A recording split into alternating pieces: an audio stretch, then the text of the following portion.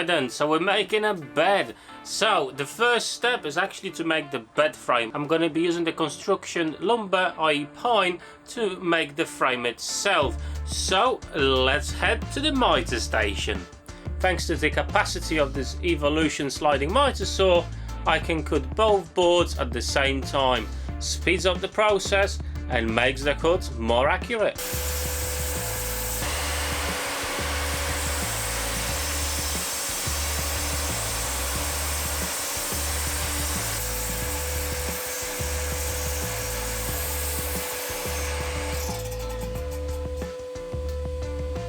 These two boards will go inside of the construction and make a shelf for the support for the mattress.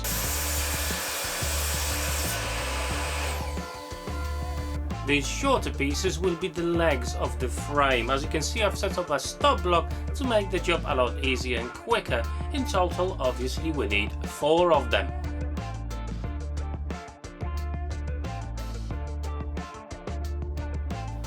And now it's time for the stretchers that will support the mattress. I'm still using 2x4s for the stretchers and I'm gonna need 9 in total. Next 2 steps are fairly simple. What we need to sort out is the support beams for the mattress. So basically, as you can see, I'm actually chopping the 2x4s into half, and then we're gonna go to the thickness planer to make sure they're all equal size.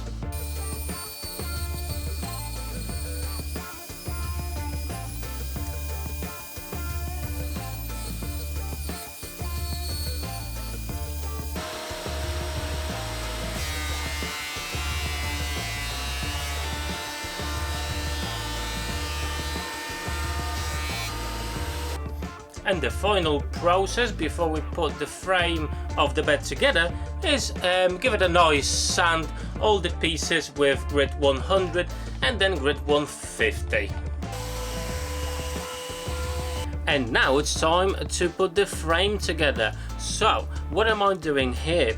I'm creating a shelf for the supports for the mattress. Basically, as you can see, it's a bit of an overkill. A large beam like that is not actually necessary, but I'm using what I've got.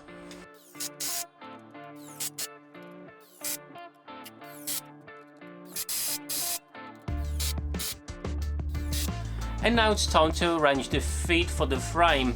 And as you can see, I'm actually not placing them at the end and the front of the bed. They are about 20 centimeters into the frame itself, and that's because later on they will be hidden by the MDF frame, and obviously it's going to be the part with the wheel that will be hiding them. To attach the feet to the frame, I'm going to be using wood glue and some screws, so that will be a permanent fit and you will not be able to take them off.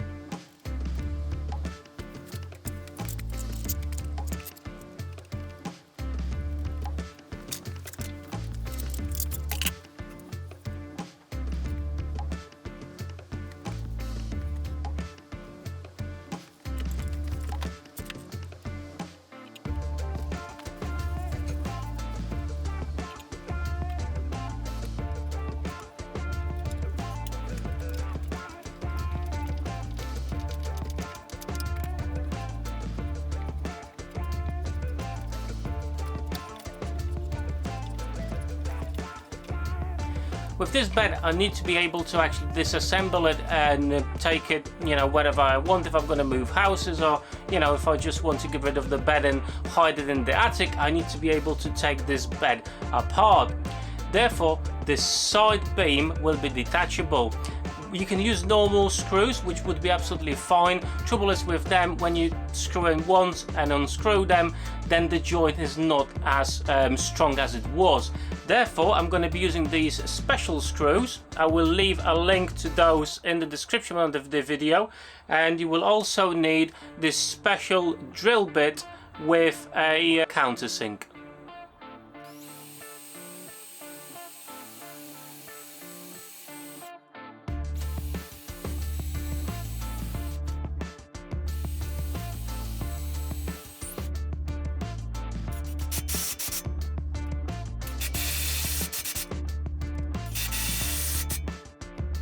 So as I mentioned before, the legs of the bed will be permanently attached. Therefore, we need to cover the holes after drilling. To do that, I'm just going to make some plugs that we're going to glue in. And it's time to glue the plugs in.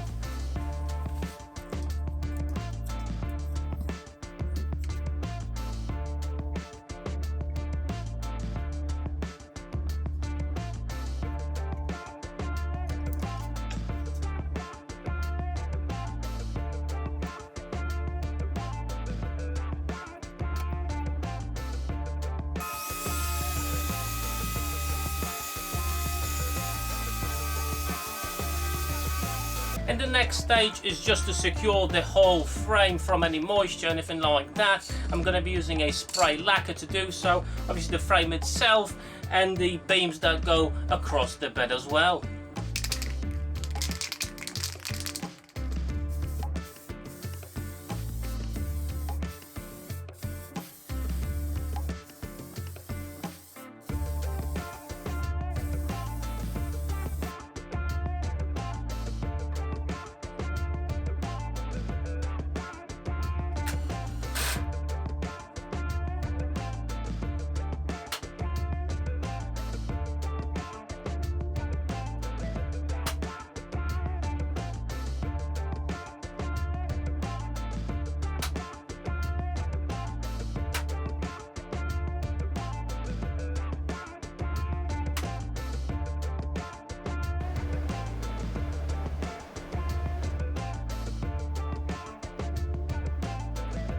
As the frame of the bed is done, we can move on to cutting the MDF sheets that will create the panels for the outside of the bed into the correct sizes.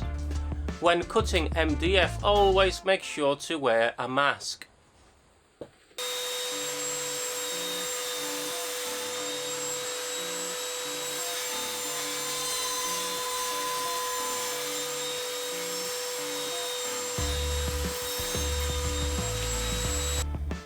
And at the same time, I'm actually cutting out some bumpers that will go at the front and obviously at the back of the bed.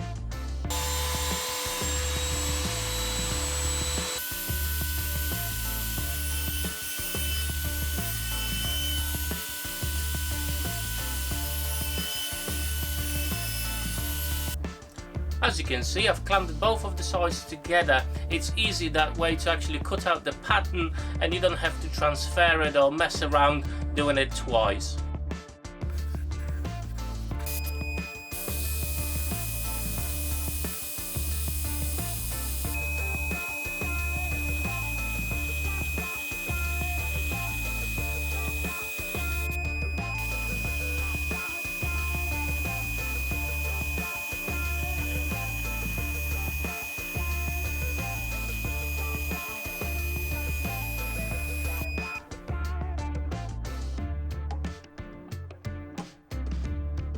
At this point, we'll be attaching the panels to the frame of the bed just to make sure everything matches up nicely.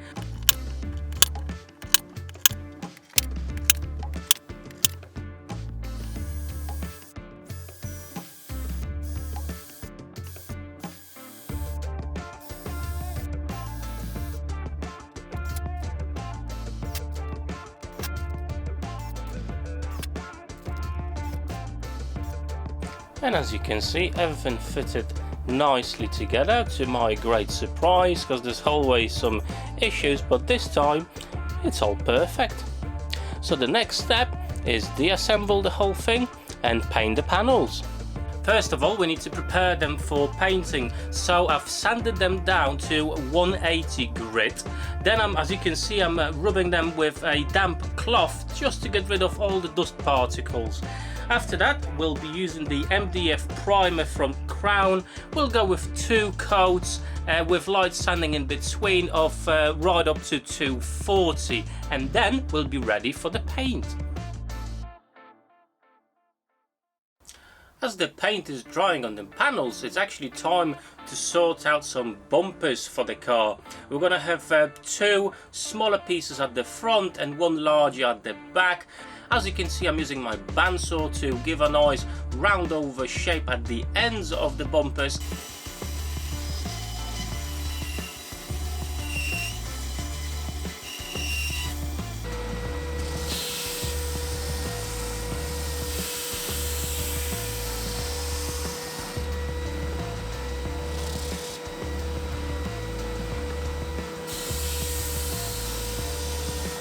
Right then, so as I said before, after 2 coats of the MDF primer with some sanding in between, I've finished the sanding on grit 240.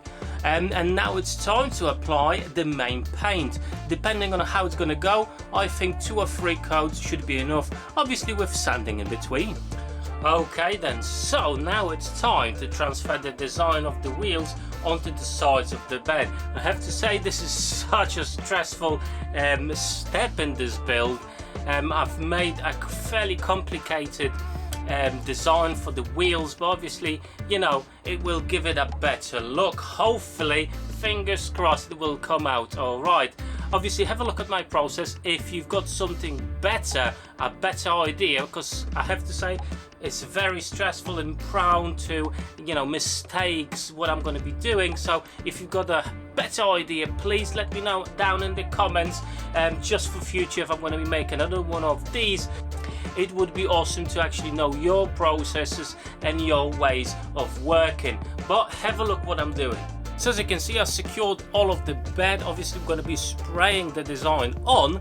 I've used some painter's tape just to make this circle shape. I'm going to be spraying a high gloss silver at this point, and later on when the paint is dry we'll come back with black paint. I'm going to be using a cardboard stencil that will hide the design of the wheel, and we'll be able to spray black paint to create obviously the tyre and the voids between the design.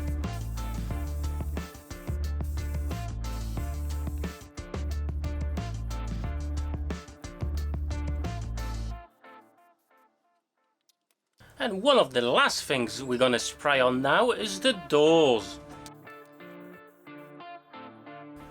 And it's time to install the hardware at the front of the bed and at the back. We're installing the bumpers and the lights. As you can see, I also painted the screw heads with the same color as the bumpers, and the second part of the bumper will actually going to go above the screws that will hold the panel to the bed. So I will install that when I'm going to be putting the bed together. And I made a quick guide for attaching the top part of the bumper. As the main lamps at the front, we're actually going to be using some spotlights. These are LED and battery powered. I'm going to be using some M3 tape to actually stick them on just here. Some indicators, I'm going to use some super glue to attach them. And I've bought some plywood letters from a craft shop, painted them black, and I'm going to glue them on as well. And now we're going to go through this similar process for the back of the bed.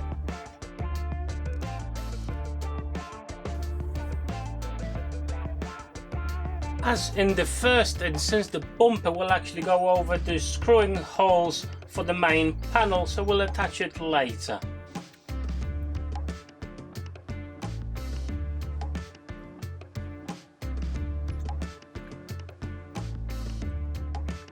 And finally, the build is completed. Now it's time for the assembly. So we'll take all the parts to my son's bedroom and put it all together.